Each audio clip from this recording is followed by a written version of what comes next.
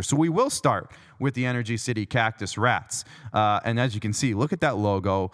They have some really cool jerseys coming out. I saw some pictures of their jersey concepts. Joe, maybe we'll start with you. Can you talk a little bit about this rebrand for this Energy City team? Now you got the trash pandas. Okay, I see what you're doing here. But can you talk to me about the excitement, I guess, around the Energy City Cactus Rats?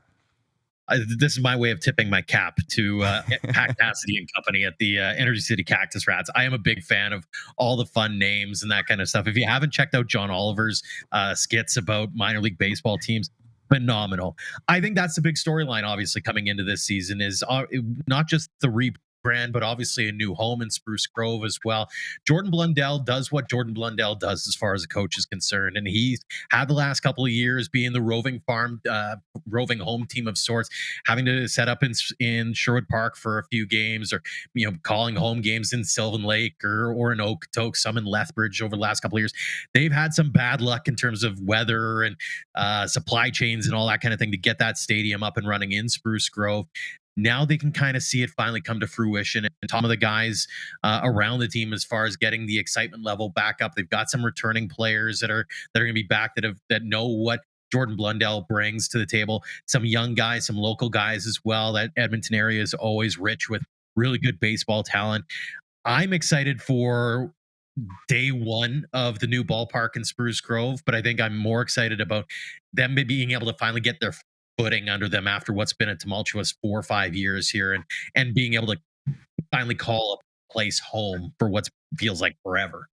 So, Ian, what might fans be looking forward to in terms of some big names maybe returning, or some names that are going to be on the roster this year?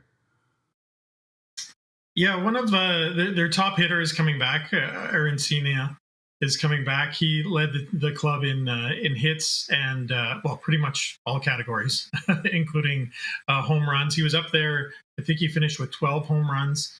They've got a local kid, Hagen, who is a catcher and infielder. So it's good to have some local content and family in the crowds to cheer him on. CJ Lewis is a big bullpen arm who pitched for the Prospects last year.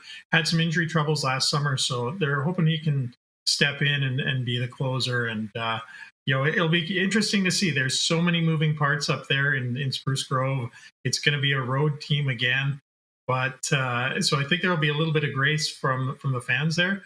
But as we know, there's no crying in baseball, so eventually they'll have to put a bunch of wins. Exactly. We got that one. Yeah, we got that one. They'll have to put some wins together and have a winning product on the field. Like I said, there should be some grace for that this season with everything going on, but then they'll have to start winning like every other team does.